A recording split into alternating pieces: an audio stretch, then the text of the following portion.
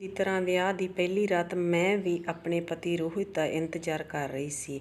ਇੱਕ ਅਜੀਬ ਜਿਹੀ ਬੇਚੈਨੀ ਸੀ, ਕਿਉਂਕਿ ਇਹ ਰਿਸ਼ਤਾ ਮੇਰੇ ਮਾਂ-ਪਿਓ ਦੀ ਪਸੰਦ ਮਰਜ਼ੀ ਨਾਲ ਹੋਇਆ ਸੀ। ਮੇਰੇ ਦਿਮਾਗ ਵਿੱਚ ਬਹੁਤ ਸਾਰੇ ਵਿਚਾਰ ਚੱਲ ਰਹੇ ਸਨ। ਮੈਂ ਸੋਚਾਂ ਵਿੱਚ ਗੁੰਮ ਬੈਠੀ ਸੀ। ਪਤਾ ਵੀ ਨਾ ਚੱਲਿਆ ਕਿ ਕਦੋਂ 10 ਵੱਜ ਗਏ, ਪਰ ਹਜੇ ਤੱਕ ਰੋਹਿਤ ਕਮਰੇ ਵਿੱਚ ਨਹੀਂ ਆਇਆ ਸੀ।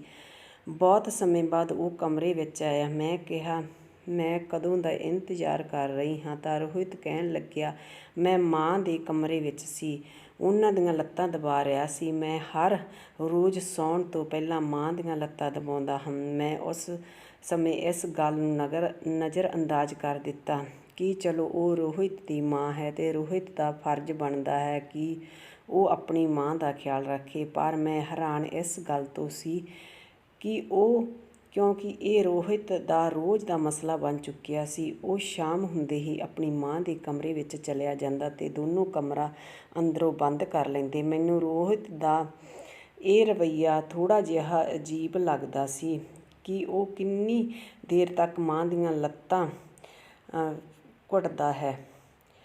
ਕੀ ਮੈਂ ਇਹ ਰਾਜ਼ ਜਾਣ ਕੇ ਰਹੂੰਗੀ ਕਿ ਉਹ ਦੋਨੇ ਆਖਰ ਬੰਦ ਕਮਰੇ ਵਿੱਚ ਕੀ ਕਰਦੇ ਹਨ? ਮੇਰਾ ਨਾਮ ਸੁਮਨ ਹੈ। ਮੇਰੀ ਉਮਰ 20 ਸਾਲ ਹੈ। ਮੈਂ ਬਹੁਤ ਗਰੀਬ ਘਰ ਵਿੱਚ ਪੈਦਾ ਹੋਈ ਸੀ। ਅਸੀਂ 3 ਭੈਣਾਂ ਸੀ, ਪਰ ਉਹ ਮੇਰੀਆਂ ਸਕੀਆਂ ਭੈਣਾਂ ਨਹੀਂ ਸਨ, ਮਤਰੀਆਂ ਸਨ, ਕਿਉਂਕਿ ਮੇਰੇ ਪਿਓ ਦੇ 2 ਵਿਆਹ ਹੋਏ ਸਨ। ਪਹਿਲੇ ਵਿਆਹ ਦੀਆਂ 2 ਬੇਟੀਆਂ ਸਨ।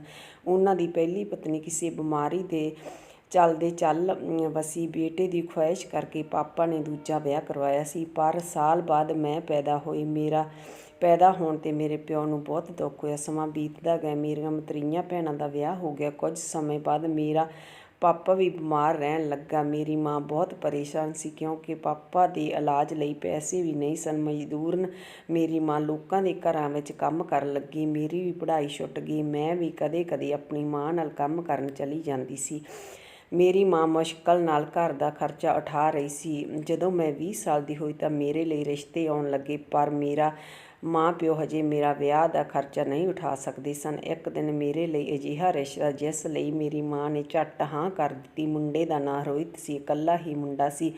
ਉਸ ਦਾ ਆਪਣਾ ਕੰਮ ਸੀ ਤੇ ਚੰਗਾ ਕਮਾਉਂਦਾ ਸੀ। ਮੁੰਡੇ ਵਾਲਿਆਂ ਨੇ ਕਿਹਾ ਕਿ ਅਸੀਂ ਕੁੜੀ ਨੂੰ 3 ਕੱਪੜਿਆਂ ਵਿੱਚ ਲੈ ਜਾਵਾਂਗੇ। ਕੋਈ ਦਹੇਜ ਨਹੀਂ ਚਾਹੀਦਾ, ਰੱਬ ਦਾ ਦਿੱਤਾ ਸਭ ਕੁਝ ਸਾਡੇ ਕੋਲ। ਮੈਂ ਵੀ ਇਹ ਸਭ ਸੁਣ ਕੇ ਬਹੁਤ ਖੁਸ਼ ਸੀ। ਮੇਰਾ ਰਿਸ਼ਤਾ ਪੱਕਾ ਹੋ ਗਿਆ। ਉਹਨਾਂ ਨੇ ਵਿਆਹ ਲਈ 1 ਹਫ਼ਤਾ ਦਿੱਤਾ। ਮੈਂ ਵਿਆਹ ਕਰਕੇ ਆਪਣੇ ਸਸੁਰਾਲ ਆ ਗਈ। ਘਰ ਬਹੁਤ ਸੋਹਣਾ ਸੀ। ਮੈਨੂੰ ਆਪਣੀ ਕਿਸਮਤ 'ਤੇ ਯਕੀਨ ਨਹੀਂ ਹੋ ਰਿਹਾ ਸੀ। ਮੇਰੀ ਸੱਸ ਤੇ ਪਤੀ ਦਾ ਵਿਹਾਰ ਬਹੁਤ ਚੰਗਾ ਸੀ। ਮੇਰੀ ਜ਼ਿੰਦਗੀ ਵਿੱਚ ਸਭ ਤੋਂ ਵਧੀਆ ਚੱਲ ਰਿਹਾ ਸੀ। ਮੈਂ ਬਹੁਤ ਖੁਸ਼ ਸੀ। ਪਰ ਇੱਕ ਗੱਲ ਅਜੀਬ ਸੀ। ਜਦੋਂ ਸਵੇਰੇ ਰੋਹਿਤ ਕੰਮ 'ਤੇ ਚਲਿਆ ਜਾਂਦਾ, ਥੋੜ੍ਹੀ ਦੇਰ ਬਾਅਦ ਮੇਰੀ ਸੱਸ ਵੀ ਬਿਨਾਂ ਦੱਸੇ ਘਰੋਂ ਚਲੀ ਜਾਂਦੀ। ਮੈਨੂੰ ਸਮਝ ਨਹੀਂ ਆ ਰਿਹਾ ਸੀ ਕਿ ਉਹ ਹਰ ਰੋਜ਼ ਕਿੱਥੇ ਜਾਂਦੀ ਹੈ। ਇੱਕ ਦਿਨ ਮੈਂ ਆਪਣੀ ਸੱਸ ਨੂੰ ਪੁੱਛ ਹੀ ਲਿਆ ਤਾਂ ਕਹਿਣ ਲੱਗੀ ਕਿ ਉਹ ਆਪਣੀ ਸਹੇਲੀ ਕੋਲ ਚਲੀ ਜਾਂਦੀ ਹੈ। ਉਸ ਨਾਲ ਸਮਾਂ ਵਧੀਆ ਗੁਜ਼ਰ ਜਾਂਦਾ ਹੈ ਤੇ ਮੈਂ ਵੀ ਉਸ ਦੀ ਗੱਲ 'ਤੇ ਯਕੀਨ ਕਰ ਲਿਆ। ਫਿਰ ਕਦੇ ਉਸ ਨੂੰ ਇਸ ਬਾਰੇ ਨਹੀਂ ਪੁੱਛਿਆ। ਸਮਾਂ ਇਸ ਤਰ੍ਹਾਂ ਹੀ ਗੁਜ਼ਰਦਾ ਗਿਆ। ਮੇਰੀ ਸੱਸ ਮੇਰਾ ਬਹੁਤ ਧਿਆਨ ਰੱਖਦੀ ਸੀ। ਉਹ ਰੋਜ਼ ਰਾਤ ਮੈਨੂੰ ਦੁੱਧ ਦਾ ਗਲਾਸ ਆਪਣੇ ਹੱਥਾਂ ਨਾਲ ਪਿਆਉਂਦੀ। ਮੇਰੀ ਸੱਸ ਦੀ ਉਮਰ ਵੀ ਬਹੁਤ ਥੋੜ੍ਹੀ ਲੱਗਦੀ ਸੀ। 1 ਮਹੀਨਾ ਹੋ ਗਿਆ। ਇੱਕ ਦਿਨ ਅਚਾਨਕ ਮੇਰੀ ਤਬੀਅਤ ਬਹੁਤ ਖਰਾਬ ਹੋ ਗਈ। ਉਹ ਮੈਨੂੰ ਹਸਪਤਾਲ ਲੈ ਗਏ। ਡਾਕਟਰ ਨੇ ਦੱਸਿਆ। ਉਹ ਸੁਣ ਕੇ ਮੇਰੇ ਪੈਰਾਂ ਥੱਲਿਓਂ ਜ਼ਮੀਨ ਖਿਸਕ ਗਈ। ਮੇਰੀ ਤਬੀਅਤ ਜ਼ਿਆਦਾ ਖਰਾਬ ਹੋਣ ਕਰਕੇ ਆਪਣਾ ਬੱਚਾ ਖੋਹ ਦਿੱਤਾ। ਮੇਰੀ ਸੱਸ ਤੇ ਰੋਹਿਤ ਨੇ ਮੈਨੂੰ ਬਹੁਤ ਦਿਲਾਸਾ ਦਿੱਤੀਆਂ। ਮੈਂ ਸਦਮੇ ਵਿੱਚ 1 ਹਫ਼ਤਾ ਮੰਜੇ 'ਤੇ ਪਈ ਰਹੀ। ਹੌਲੀ-ਹੌਲੀ ਜ਼ਿੰਦਗੀ ਫਿਰ ਨਾਰਮਲ ਹੋ ਗਈ। ਮੈਂ ਰੱਬ ਤੋਂ ਹਮੇਸ਼ਾ ਬੱਚੇ ਦੀ ਦੁਆ ਕਰਦੀ। ਕੁਝ ਸਮੇਂ ਬਾਅਦ ਫਿਰ ਮੈਂ ਉਮੀਦ ਹੋਈ। ਬਹੁਤ ਖੁਸ਼ ਸੀ। ਮੈਂ ਫਿਰ ਆਪਣਾ ਬੱਚਾ ਖੋਹ ਦਿੱਤਾ। ਅਜੀਬ ਗੱਲ ਸੀ ਕਿ ਮੇਰੇ ਪਤੀ ਤੇ ਸੱਸ ਦੇ ਰਵੱਈਏ ਵਿੱਚ ਕੋਈ ਫਰਕ ਨਹੀਂ ਸੀ। ਪਰ ਫਿਰ ਮੈਂ ਬਿਮਾਰ ਰਹਿਣ ਲੱਗੀ। ਹਮੇਸ਼ਾ ਹੀ ਸੋਚਦੀ ਰਹਿੰਦੀ ਕਿ ਮੇਰੇ ਨਾਲ ਕੀ ਹੋ ਰਿਹਾ ਹੈ। ਮੇਰੇ ਨਾਲ 3-4 ਵਾਰੀ ਇਸ ਤਰ੍ਹਾਂ ਹੋਇਆ, ਪਰ ਮੇਰੀ ਸੱਸ ਦੇ ਰੋਹਿਤ ਦੇ ਰਵੱਈਏ ਵਿੱਚ ਜ਼ਰਾ ਵੀ ਬਦਲਾਅ ਨਹੀਂ ਸੀ। ਮੈਂ ਮਾਨਸਿਕ ਰੂਪ ਵਿੱਚ ਪਰੇਸ਼ਾਨ ਰਹਿਣ ਲੱਗੀ। ਮੈਨੂੰ ਕੁਝ ਸਮਝ ਨਹੀਂ ਆ ਰਿਹਾ ਸੀ। ਇਸੇ ਤਰ੍ਹਾਂ ਮੇਰੇ ਪਾਪਾ ਵੀ ਚੱਲ ਵਸੇ। ਮੇਰੀ ਮਾਂ ਵੀ ਇਕੱਲੀ ਹੋ ਗਈ। ਮੈਨੂੰ ਲੱਗਣ ਲੱਗਿਆ ਕਿ ਕਿੰਨੀ ਤੇਜ਼ੀ ਨਾਲ ਖੁਸ਼ੀਆਂ ਜ਼ਿੰਦਗੀ ਵਿੱਚ ਆਈਆਂ, ਉਨੀ ਤੇਜ਼ੀ ਨਾਲ ਵਾਪਸ ਚਲੀਆਂ ਗਈਆਂ। ਸਭ ਕੁਝ ਅਜੀਬ ਜਿਹਾ ਹੋ ਰਿਹਾ ਸੀ। ਇੱਕ ਦਿਨ ਮੇਰੀ ਜ਼ਿੰਦਗੀ ਵਿੱਚ ਅਜਿਹਾ ਮੋੜ ਆਇਆ ਜਿਸ ਨੇ ਮੇਰੀ ਰੂਹ ਨੂੰ ਚੀਰ ਕੇ ਰੱਖ ਦਿੱਤਾ। ਉਸ ਦਿਨ ਮੇਰੀਆਂ ਅੱਖਾਂ 'ਤੇ ਸਾਰੀਆਂ ਪੱਟੀਆਂ ਉਤਰ ਗਈਆਂ। ਮੈਂ ਆਪਣੀ ਸੱਸ ਤੇ ਪਤੀ ਦੀਆਂ ਗੱਲਾਂ ਸੁਣ ਕੇ ਸੁੰਨ ਹੋ ਗਈ। ਇੱਕ ਦਿਨ ਰਾਤ ਨੂੰ ਪਾਣੀ ਪੀਣ ਲਈ ਉੱਠੀ। ਜਦੋਂ ਮੈਂ ਰਸੋਈ ਵਿੱਚ ਪਾਣੀ ਪੀਣ ਆਈ ਤਾਂ ਮੈਂ ਸੱਸ ਦੇ ਕਮਰੇ ਵਿੱਚ ਹਾਸੀ ਦੀ ਆਵਾਜ਼ਾਂ ਸੁਣੀਆਂ। ਮੈਂ ਕੋਲ ਜਾ ਕੇ ਉਹਨਾਂ ਦੀਆਂ ਗੱਲਾਂ ਸੁਣਨ ਦੀ ਕੋਸ਼ਿਸ਼ ਕੀਤੀ। ਮੇਰਾ ਪਤੀ ਆਪਣੀ ਮਾਂ ਨੂੰ ਉਸਦੇ ਨਾਮ ਨਾਲ ਬੁਲਾ ਰਿਹਾ ਸੀ। ਮੇਰੀ ਸੱਸ ਦਾ ਨਾਮ ਸੁਨੀਤਾ ਸੀ। ਰੋਹਿਤ ਕਹਿ ਰਿਹਾ ਸੀ, ਸੁਨੀਤਾ ਹੌਲੀ ਬੋਲ, ਸੁਮਨ ਨਾ ਉੱਠ ਜਾਵੇ। ਸੱਸ ਨੇ ਕਿਹਾ, ਬੇਫਿਕਰ ਰਹਿ, ਉਹ ਨਹੀਂ ਉੱਠੇਗੀ, ਮੈਂ ਉਸਨੂੰ ਨੀਂਦ ਦੀਆਂ ਗੋਲੀਆਂ ਦੇ ਕੇ ਸਵਾਇਆ ਹੈ। ਹੱਸਣ ਲੱਗੇ। ਮੈਨੂੰ ਆਪਣੇ ਕੰਨਾਂ 'ਤੇ ਯਕੀਨ ਨਹੀਂ ਹੋਇਆ। ਮੈਂ ਉਹਨਾਂ ਦੀਆਂ ਹੋਰ ਗੱਲਾਂ ਸੁਣਨ ਲਈ ਕੋਸ਼ਿਸ਼ ਕੀਤੀ ਪਰ ਸੁਣ ਨਾ ਪਾਈ, ਇਸ ਲਈ ਕਮਰੇ ਵਿੱਚ ਆ ਗਈ। ਮੈਨੂੰ ਸਮਝ ਨਹੀਂ ਆ ਰਹੀ ਸੀ ਕਿ ਉਹ ਮੇਰੇ ਨਾਲ ਅਜਿਹਾ ਕਿਉਂ ਕਰ ਰਹੇ ਹਨ। ਅਗਲੇ ਦਿਨ ਮੈਂ ਪਹਿਲਾਂ ਦੀ ਤਰ੍ਹਾਂ ਹੀ ਉੱਠੀ ਤਾਂ ਕਿ ਉਹਨਾਂ ਨੂੰ ਸ਼ੱਕ ਨਾ ਹੋਏ ਮੈਨੂੰ ਉਹਨਾਂ 'ਤੇ ਸ਼ੱਕ ਹੈ। ਅਗਲੀ ਰਾਤ ਜਦੋਂ ਮੈਂ ਸੱਸ ਨੂੰ ਦਵਾਈ ਦੇਣ ਲੱਗੀ ਤਾਂ ਸੱਸ ਦਾ ਧਿਆਨ ਹੋਰ ਪਾਸੇ ਕਰਕੇ ਗੋਲੀ ਛੁਪਾ ਦਿੱਤੀ। ਸੱਸ ਇਸ ਤਰ੍ਹਾਂ ਦਿਖਾਇਆ ਕਿ ਮੈਂ ਗੋਲੀ ਖਾ ਲਈ। ਮੇਰੀ ਸੱਸ ਆਪਣੇ ਕਮਰੇ ਵਿੱਚ ਚਲੀ ਗਈ। ਫਿਰ ਮੇਰੇ ਪਤੀ ਵੀ ਮਾਂ ਨੂੰ ਲੱਤਾਂ ਦਬਾਉਣ ਕਮਰੇ ਵਿੱਚ ਚਲਿਆ ਗਿਆ। ਜਦੋਂ ਉਹਨਾਂ ਦਾ ਦਰਵਾਜ਼ਾ ਬੰਦ ਹੋ ਲਿਆ ਤਾਂ ਮੈਂ ਉੱਠ ਕੇ ਕਮਰੇ ਵਿੱਚੋਂ ਬਾਹਰ ਖੜ੍ਹੀ।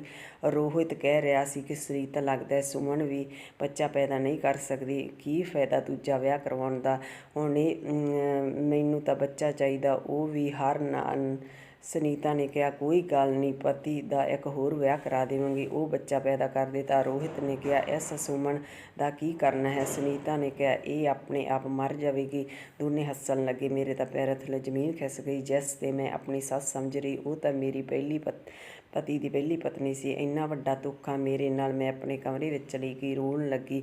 ਮੈਂ ਕੀ ਗੁਨਾਹ ਕਰ ਦਿੱਤਾ ਜਿਸ ਦੀ ਸਜ਼ਾ ਮੈਨੂੰ ਮਿਲੀ ਹੈ। ਮੈਂ ਸੋਚਿਆ ਕਿ ਸਵੇਰੇ ਰੋਹਿਤ ਕੰਮ 'ਤੇ ਜਾਣ ਤੋਂ ਬਾਅਦ ਸੁਨੀਤਾ ਨੂੰ ਪੁੱਛੇਗੀ, ਮੇਰੇ ਨਾਲ ਅਜਿਹਾ ਕਿਉਂ ਕੀਤਾ। ਮੈਂ ਸਵੇਰੇ ਰੋਹਿਤ ਦੇ ਜਾਣ ਤੋਂ ਬਾਅਦ ਸੁਨੀਤਾ ਦੇ ਕਮਰੇ ਵਿੱਚ ਗਈ। ਪੁੱਛ ਲਿਆ ਕਿ ਸੁਨੀਤਾ, ਮੇਰੇ ਨਾਲ ਅਜਿਹਾ ਕਿਉਂ ਕੀਤਾ। ਮੇਰੇ ਸਵਾਲ ਨਾਲ ਉਹ ਚੌਂਕ ਗਈ ਪਰ ਉਹ ਇਹ ਵੀ ਸਮਝ ਗਈ ਕਿ ਮੈਨੂੰ ਸਭ ਕੁਝ ਪਤਾ ਚੱਲ ਗਿਆ। ਫਿਰ ਉਹ ਆਪਣੇ ਅਸਲੀ ਰੂਪ ਵਿੱਚ ਆ ਗਈ ਅਤੇ ਕਹਿਣ ਲੱਗੀ, ਹੁਣ ਸਾਨੂੰ ਤੇਰੀ ਜ਼ਰੂਰਤ ਨਹੀਂ। ਮੈਂ ਬੱਚਾ ਪੈਦਾ ਨਹੀਂ ਕਰ ਸਕਦੀ ਸੀ, ਇਸ ਲਈ ਅਸੀਂ ਮਿਲ ਕੇ ਦੋਨਾਂ ਨੇ ਪਲਾਨ ਬਣਾਇਆ ਸੀ। ਪਰ ਮੈਂ ਨਹੀਂ ਚਾਹੁੰਦੀ ਕਿ ਰੋਹਿਤ ਦੀ ਔਲਾਦ ਕਿਸੇ ਹੋਰ ਤੋਂ ਹੋਵੇ, ਇਸ ਲਈ ਮੈਂ ਤੇਰੇ ਬੱਚੇ ਨੂੰ ਮਾਰਦੀ ਰਹੀ, ਤੈਨੂੰ ਅਜਿਹੀਆਂ ਦਵਾਈਆਂ ਦਿੰਦੀ ਰਹੀ। ਬਹੁਤ ਜਲਦ ਤੂੰ ਮਰ ਜਾਵੇਂਗੀ। ਮੈਂ ਉਸ ਨੂੰ ਕਿਹਾ, ਜੇ ਤੂੰ ਮੇਰੇ ਨਾਲ ਇਹ ਕੀਤਾ ਤਾਂ ਰੱਬ ਤੈਨੂੰ ਵੀ ਸਜ਼ਾ ਦੇਵੇਗਾ। ਉਹ ਘਰ ਛੱਡ ਕੇ ਆ ਗਈ। ਆਪਣੀ ਕੁਝ ਸਮੇਂ ਬਾਅਦ ਖਬਰ ਆਈ ਕਿ ਉਹ ਦੋਨਾਂ ਦੀ ਕਾਰ ਐਕਸੀਡੈਂਟ ਮੌਤ ਹੋ ਗਈ। ਮੈਂ ਵੀ ਜ਼ਿੰਦਗੀ ਦੇ ਆਖਰੀ ਦਿਨ ਗਿਣ ਰਹੀ ਸੀ। ਮੈਂ ਤਾਂ ਸਭ ਕੁਝ ਰੱਬ 'ਤੇ ਛੱਡ ਦਿੱਤਾ ਸੀ। ਮੈਂ ਇੱਕ ਹਸਪਤਾਲ ਵਿੱਚ ਸਫਾਈ ਦਾ ਕੰਮ ਕਰਨ ਲੱਗੀ, ਜਿਸ ਨਾਲ ਆਪਣਾ ਪੇਟ ਪਾਲ ਰਹੀ ਸੀ। ਇਸੇ ਹਸਪਤਾਲ ਵਿੱਚ ਇੱਕ ਮੁੰਡਾ ਮਾਲੀ ਦਾ ਕੰਮ ਕਰਦਾ ਸੀ। ਉਸ ਦਾ ਵੀ ਇਸ ਦੁਨੀਆ ਵਿੱਚ ਕੋਈ ਨਹੀਂ ਸੀ। ਉਹ ਦੀ ਪਤਨੀ ਮਰ ਚੁੱਕੀ ਸੀ, ਕੋਈ ਔਲਾਦ ਵੀ ਨਹੀਂ ਸੀ। ਉਹ ਮੈਨੂੰ ਹਰ ਸਮੇਂ ਖੁਸ਼ ਰੱਖਣ ਦੀ ਕੋਸ਼ਿਸ਼ ਕਰ ਰਿਹਾ। ਉਸ ਦਾ ਨਾਮ ਅਮਰ ਸੀ। ਉਸ ਨਾਲ ਵਕਤ ਗੁਜ਼ਰਨ 'ਤੇ ਚੰਗਾ ਲੱਗਦਾ, ਜ਼ਿੰਦਗੀ ਵਿੱਚ ਬਹੁਤ ਚੰਗਾ ਲੱਗਦਾ ਸੀ। ਇੱਕ ਦਿਨ ਅਮਰ ਨੇ ਮੈਨੂੰ ਕਿਹਾ ਕਿ ਉਹ ਮੈਨੂੰ ਪਸੰਦ ਕਰਦਾ। ਮੈਂ ਵੀ ਉਸ ਨੂੰ ਪਸੰਦ ਕਰਨ ਲੱਗੀ। ਫਿਰ ਅਸੀਂ ਵਿਆਹ ਕਰਵਾ ਲਿਆ। ਉਹ ਬਹੁਤ ਚੰਗਾ ਸੀ, ਮੇਰਾ ਬਹੁਤ ਧਿਆਨ ਰੱਖਦਾ ਸੀ। ਉਸ ਨੇ ਮੇਰਾ ਇਲਾਜ ਵੀ ਕਰਵਾਇਆ ਅਤੇ ਮੈਂ ਫਿਰ ਤੋਂ ਉਮੀਦ ਨਾਲ ਹੋਈ ਅਤੇ ਮੈਂ ਇੱਕ ਬੇਟੀ ਨੂੰ ਜਨਮ ਦਿੱਤਾ। ਮੈਂ ਆਪਣੀ ਜ਼ਿੰਦਗੀ ਵਿੱਚ ਖੁਸ਼ ਸੀ। ਉਹ ਅਮੀਰ ਨਹੀਂ ਸੀ ਅਸੀਂ, ਪਰ ਜ਼ਿੰਦਗੀ ਵਿੱਚ ਸਕੂਨ, ਹਰ ਖੁਸ਼ੀ ਸੀ। ਗਾਇਜ਼, ਜੇ ਤੁਹਾਨੂੰ ਕਹਾਣੀ ਚੰਗੀ ਲੱਗੀ, ਲਾਈਕ, ਸ਼ੇਅਰ ਅਤੇ ਸਬਸਕ੍ਰਾਈਬ ਕਰਨਾ। ਧੰਨਵਾਦ ਜੀ।